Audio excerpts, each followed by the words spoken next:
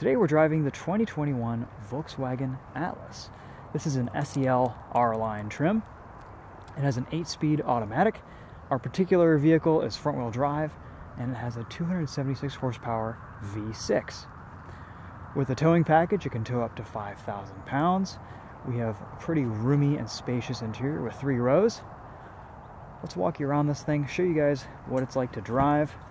We'll do a sound system test at the end of the video.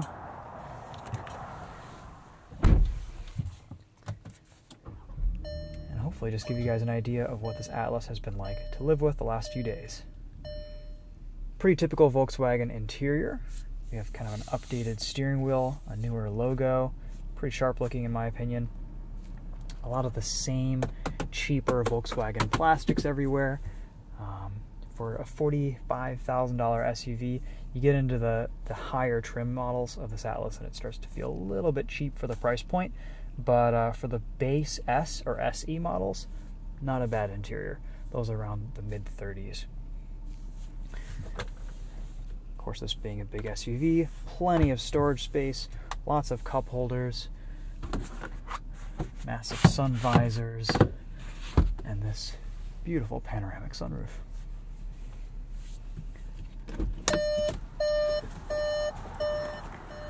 In the back seat, you get a ton of space.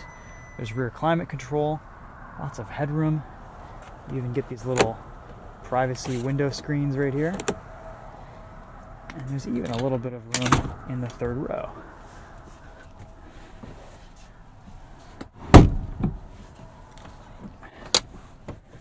Getting back here isn't super intuitive, and the second row of seats does move forward to give you more room, but headroom is nice, and once you put this headrest up, it's pretty comfortable back here. You even have a good amount of visibility, a few cup holder options. Again, lots of cheap plastics, and the seat operation for the second row feels pretty chintzy. We're actually going to be leaving these seats down for the majority of our drive because there's a rattle in here that is just driving me absolutely nuts. So we'll start by showing you some of the cargo capacity in this Atlas right off the bat. All the seats are very easy to fold down, and everything folds completely flat.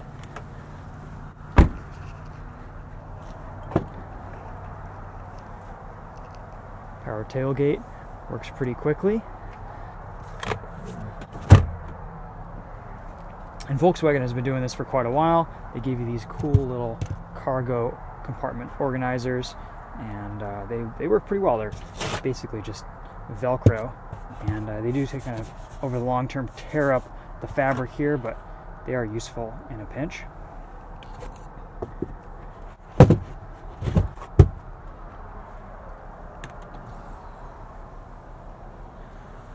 Love the speed of that tailgate operation, especially going down.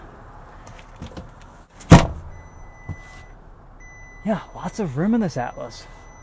You could fit pretty much anything you want to in here. This R-Line has 21-inch wheels. On most surfaces it rides pretty well, but once you get off-road, the suspension just can't handle the thin sidewalls, and yeah, it gets pretty bumpy, it gets pretty rough.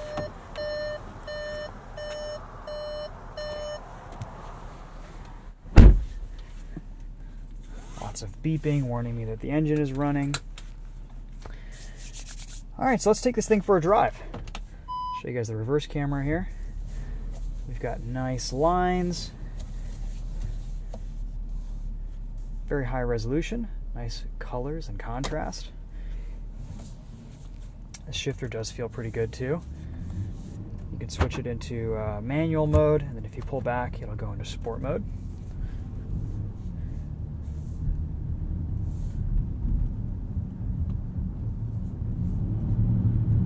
Great visibility all throughout. Of course, this being a big SUV, high driving position. The steering is very light.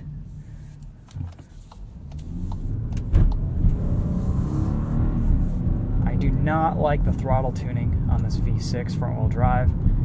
You just give it just a little bit of throttle and it spins the tires. It's very difficult to drive smoothly. especially when starting off from traffic lights. The rest of the time, though, it's pretty smooth, and once you get going, the transmission's actually quite good. But for all the passengers that you could fit in this thing, I would like a little bit more of a linear throttle, so you're not always throwing people's heads back into their seats.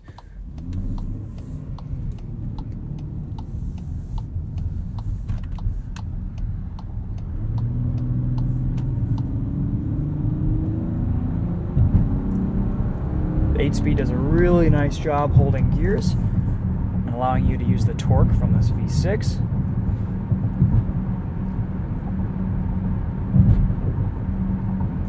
I'm not sold on the front-wheel drive driving dynamics of this car. I do think if you're going to be getting an SUV, you might as well just get it in all-wheel drive.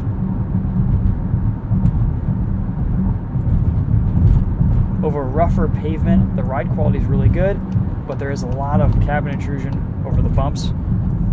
Part of that, I'm sure, is from these 21-inch wheels. You get on an off-road situation or a road with lots of ruts and potholes, and it sounds terrible going over it.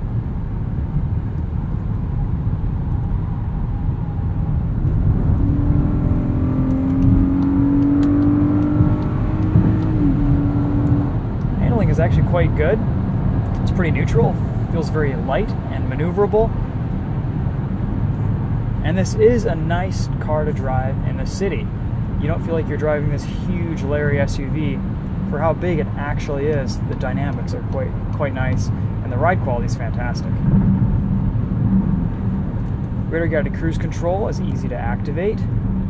These buttons aren't the most intuitive. They have been better. You can easily change your following distance though.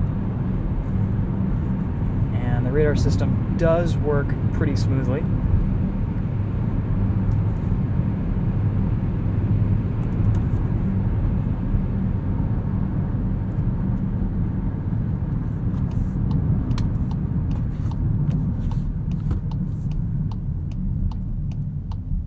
Brakes feel nice, are easy to modulate. Stop start is pretty responsive too, and that's easy to turn off right here.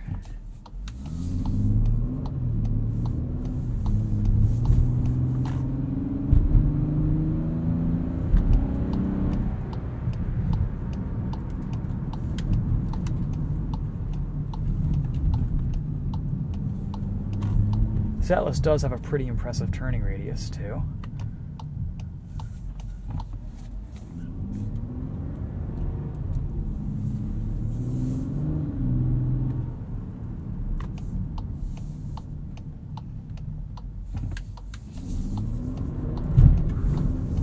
Yeah, it's so weird. You just give it the tiniest amount of throttle and you're spinning the front tires off the line, and then it's like the engine backs off and you have normal throttle actuation from there. It's really strange. I do like this infotainment though. It's super responsive. I wish a lot of other companies had infotainment that was this quick and easy to operate. Apple CarPlay integrates really well, just as quick in the menus and through the apps. Let's put it into sport mode. See how it feels on this entrance ramp.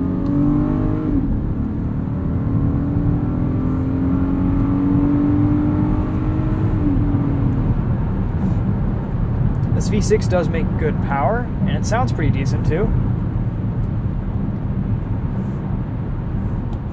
You can easily change your assist systems here, do lane assist. It pretty much just bounces you off the two lines on either side, so it's not really a system that I've been using a lot. You do have a heated steering wheel. You can choose between 3 different levels of heat, which is really nice in the winter.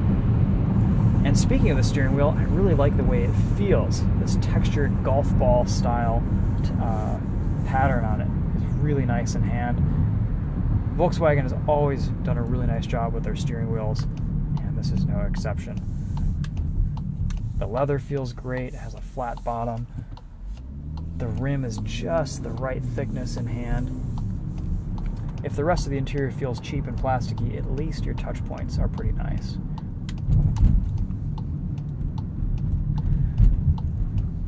I'd say that's probably my biggest problem with the Atlas, is that on initial impressions, it feels like a pretty nice quality car, but the more time you spend with it, it just starts to really show its flaws, and there's an underlying feeling of cheapness here in the driving dynamics, in the interior materials. There's rattles all throughout the back of this thing.